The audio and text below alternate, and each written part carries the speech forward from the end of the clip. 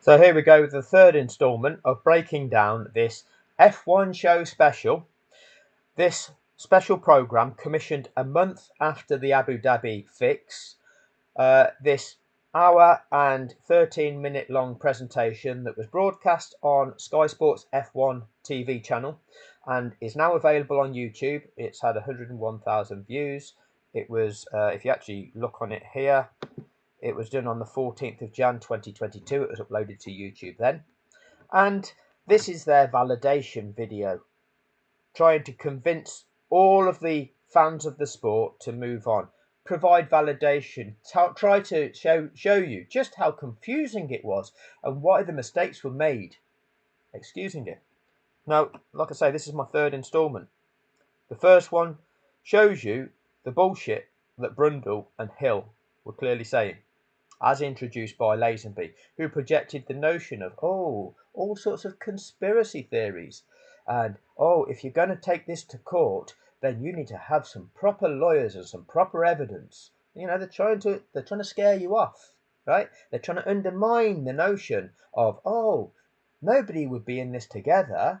To propose the notion that people actually got their heads together and made this happen, that's ridiculous. You're just a mental person if you think that. That's where they want to project this. The second video is going through the footage that they've created, a little montage of footage and radio messages to try and project this notion of it all being chaotic.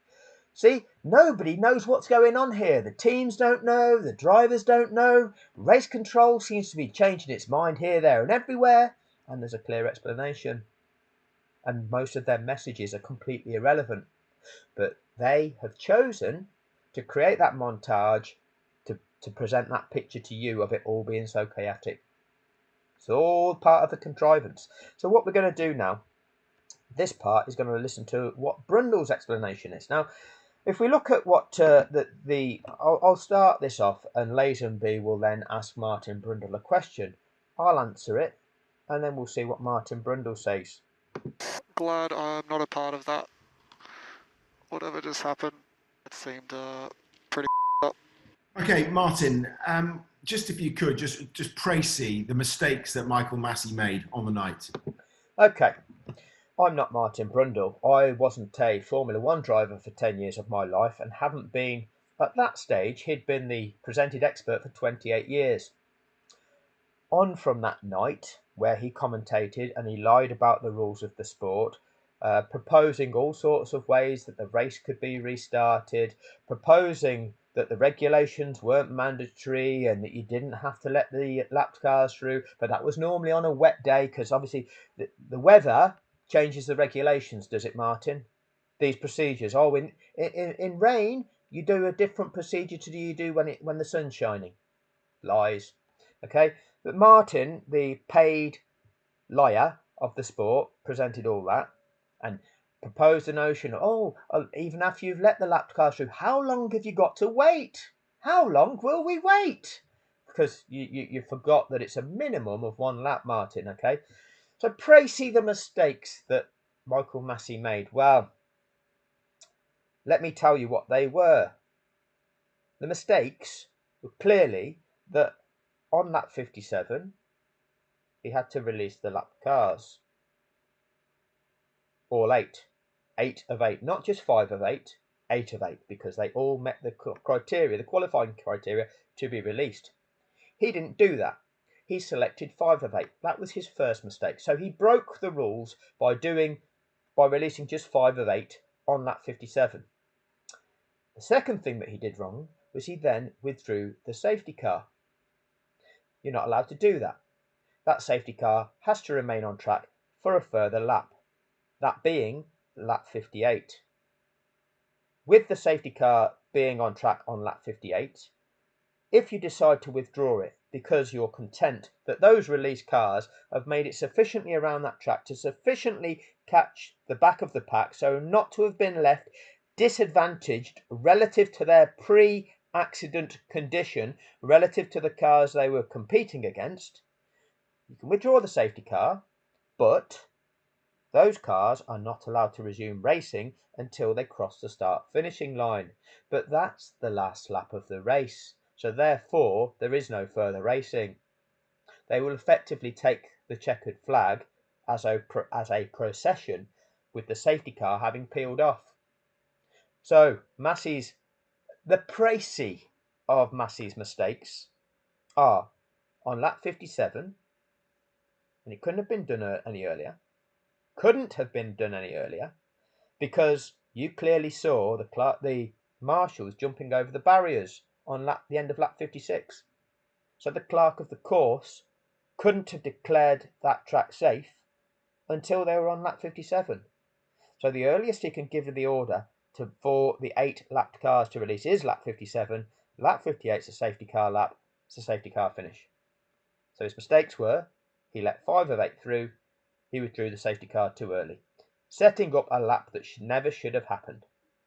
In doing so, he blocked off Carlos Sainz from being able to challenge for a top 2 position. He separated out 2 competitors in a multi-competitor event to race off for a win.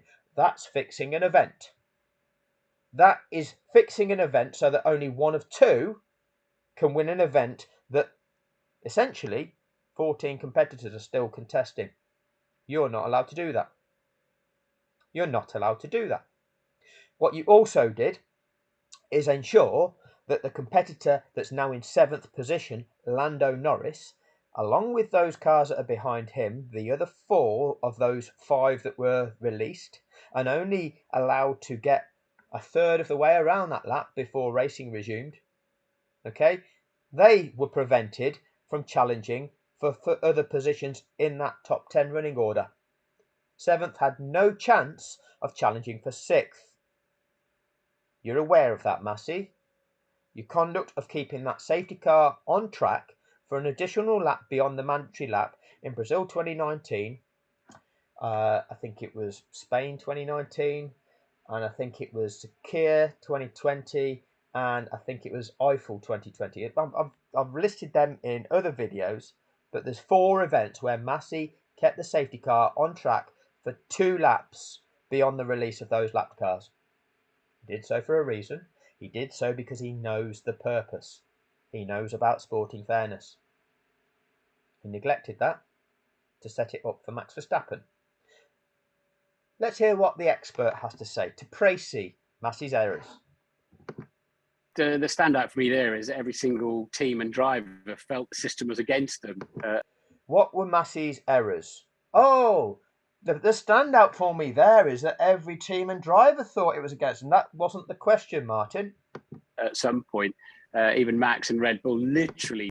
Even Max and Red Bull thought it was against them. Moments before he became the world champion. So I think the car took too long to get out of the way. I think the car took too long to get out of the way.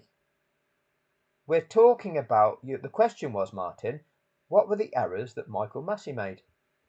Know that marshals were complaining that the cars, the on-track, the race cars were coming through too fast. They were Marshals were complaining that the cars were coming through too fast. That's not one of Massey's errors, is it, Martin? Answer the question, Martin. Quite simple.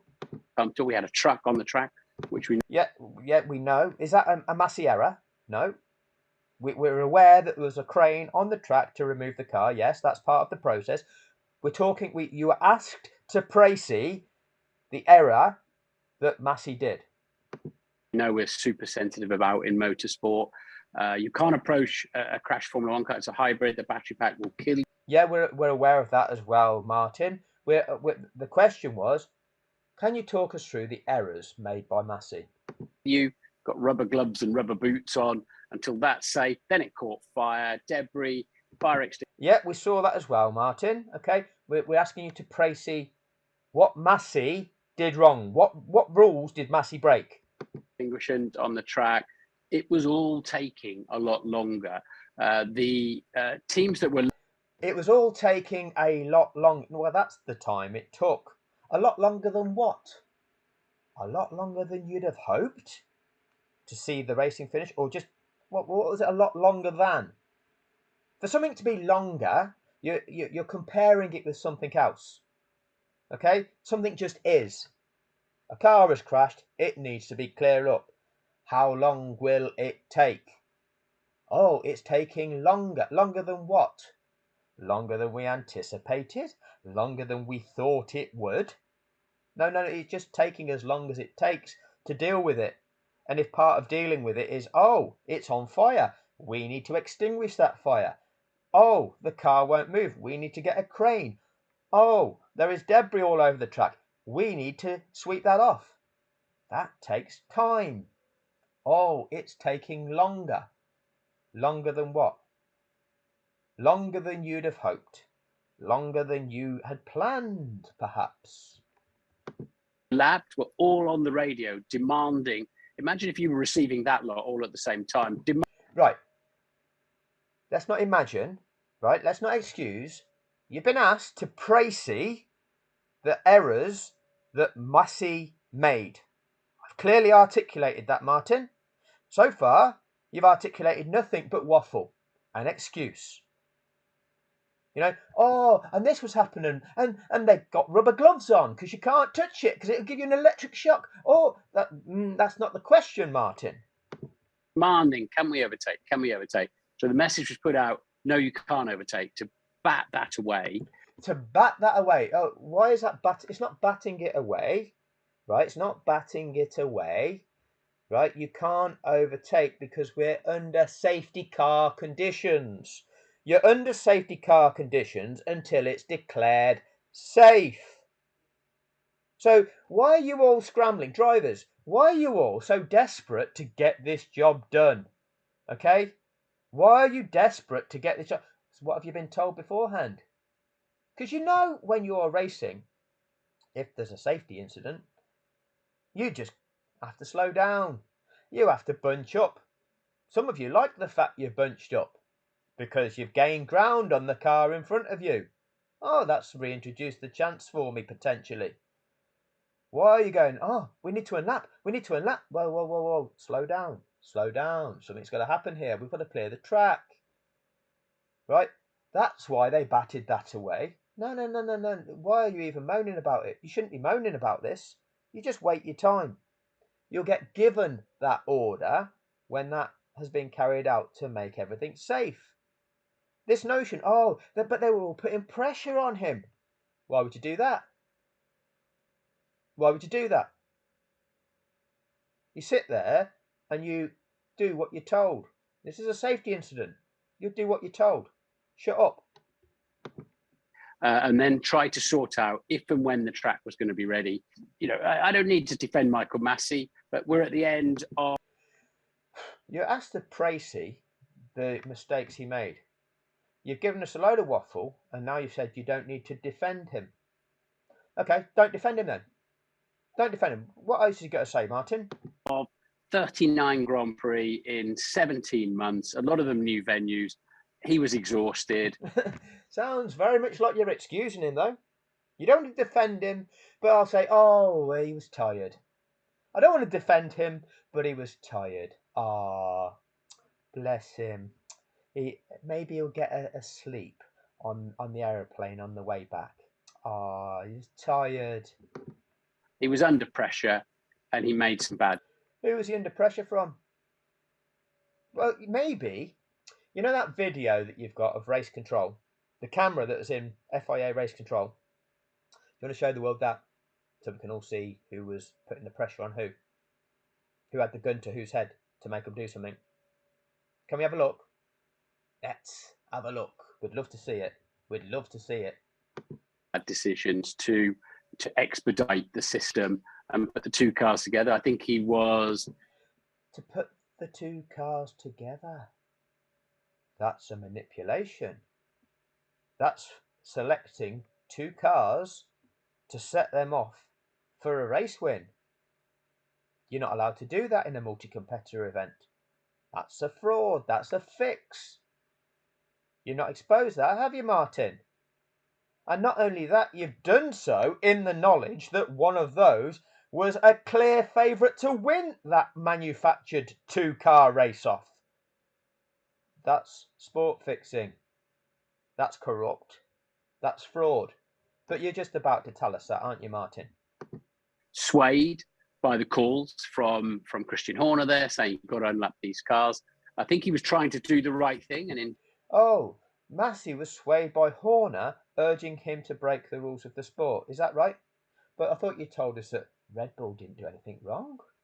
So which one is it? Was he swayed by Horner, but Horner wasn't doing anything wrong because Red Bull didn't do anything wrong. They were just playing clever cards, right? So you're contradicting yourself there, Martin. Doing that, breach their own regulations, and the teams can't run a strategy if the race director can overrule and just change. I'm glad you acknowledge that, Martin. I realise that this is what you have to do when you are trying to defend what took place, when you're trying to justify it, when you're trying to gaslight people into believing that there are all these factors in play. You do have to acknowledge the truth in there somewhere, okay? Because what you do, if you don't acknowledge the truth, everybody will see through you a lot quicker. So you do have to acknowledge the fact that, yeah, the teams know the rules and will make their strategy calls with regard to those rules. But then if you break the rules, that means that, well, it's impossible to make a strategy call if the rules are going to be broken, because the parameters by which you make your calls from have been obliterated. So what are we doing here? That's not sport, is it? Change the fundamental sporting regulations as he sees fit. There were other meetings and general agreements that. Oh, tell us, Martin. There were other meetings and general agreements, right? Tell us more. You know that there were other meetings and general agreements. Now, they're not allowed to take place. That's fraudulent. If these meetings are to agree a contrivance for an outcome to a Grand Prix, that's a fraud. You're aware of that. You were party to that. You played your role in that process, Martin Brundle. You played your role, evidently, by how you commentated along with David Croft. You were part of the fix. Let's just play that through again. There were other meetings and agreements. See, that there is an admittance of the fraud. As he sees fit. There were other meetings and general agreements that. Oh, but if you're going to accuse that, then you need some fancy lawyers. No. See, Martin, see what I've just done there? See what I've just done there? You need a fancy lawyer to claim that that's not what you've just admitted, Martin. And you know what? Doesn't matter what the fuck they say. It's clear that that is what it is. So they'll be lying, right? They will be trying to use this notion of law corruptly to create a false argument to try to defend you. So bring them motherfuckers on. I'll stand across from them in a courtroom and we'll see who's telling the truth and we'll see who's trying to create a false argument, Martin. It's not difficult, is it? It's really not difficult. But they'll want to take 56 million out of the process. I'm doing this for free and for fun. We're not party to. We don't want to finish races under the safety car or red flag if we can help it. Okay. There were other meetings and agreements that we ideally don't want to. It doesn't matter what your ideal desires are. You can't break the rules to achieve that. Don't try and present to the public that that's an underlying factor as to why they did what they did. Because the truth is, that constitutes sport manipulation, sport fixing, which is a fraud. You've defrauded people. You've defrauded the fans of the sport that bought tickets to a sporting event to see a sporting outcome. You've defrauded people who placed bets on the event.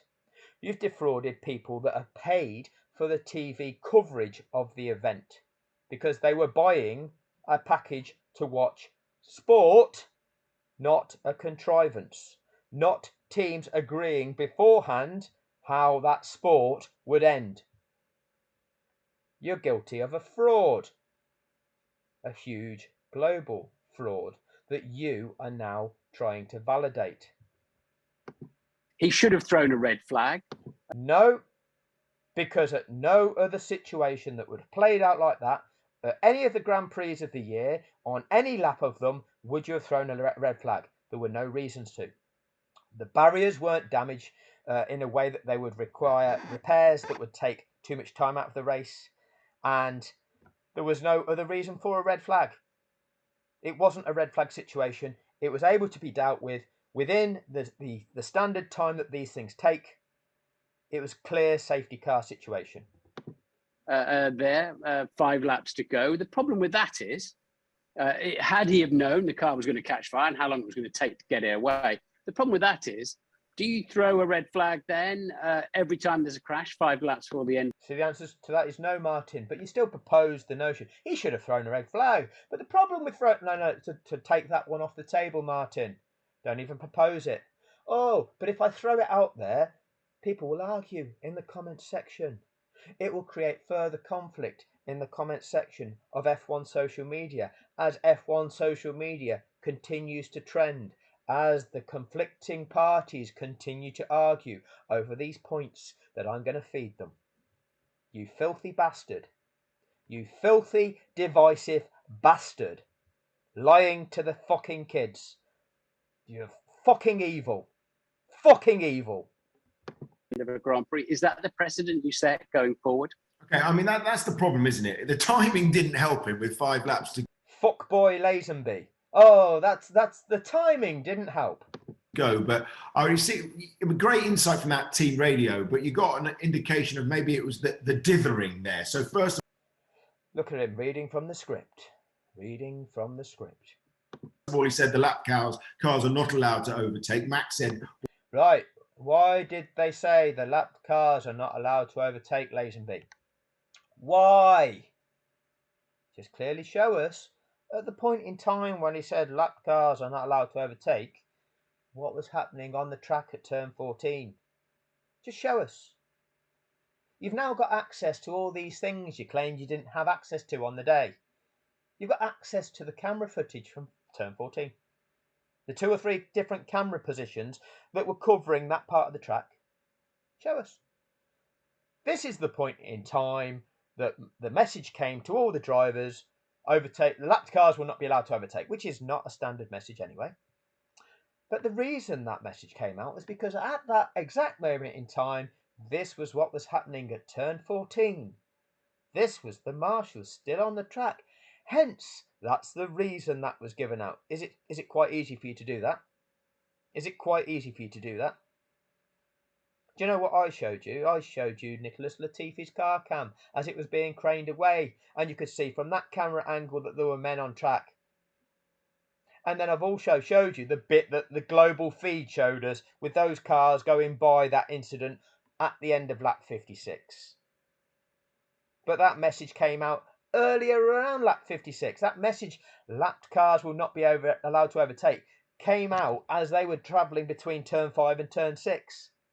And there were still men on track as they were coming around turn 14. So show us where them men were on track as the drivers received that message. You can do that. But you're not doing that, are you? You're still painting this picture of confusion. Look, everybody. Look, everybody. Everybody's still confused about this. This is why, you need to just excuse all this and move on, because it's just too confusing. It all happened so quick. No, because what we do, we just break it down to the bare bones and the simplistic nature of this. And not cover it up. Not serve the corruption. Not take our fucking filthy money of the filthy fucking criminals that fucking contrive this. what a surprise. Then 5 cars allowed to overtake, but only those 5 cars, not. Oh, so Lazenby, okay. So you've just asked Martin Brundle to précis the massive mistakes, which he didn't do. Okay, the expert of the sport, 38 years experience at that period of time that he made this video. A month to reflect on it. Didn't answer your question. Came out with a load of bullshit. And so it falls back to you, Lazenby, to list out what he did wrong. Thanks for your insight there, Brundle. Thanks for your valuable insight. Not the three that were lapped in behind Max Verstappen. And finally, the safety car was called in a lap earlier than it should have been. Maybe that's the crux of it. The fact that... Absolutely right, Lazenby. Maybe that's the crux of it. No, maybe. No, that's not maybe. That is the crux of it, because had it not have been, it would have been a safety car finish. Lewis Hamilton is a record-breaking 8-time world champion. Are you going to talk us through the implications of what he did? If they'd actually followed the protocols to the letter of the law and the regulation. To the letter, as if oh, maybe there's a bit of movement on this. Maybe they don't have to strictly follow it to the letter. Look at the way they articulate that. They project that. They present that. No, it's nothing about to the letter. That just is what it is. It is what it is for specific reasons. Oh, but if they don't do it to the letter, look at the way they project it.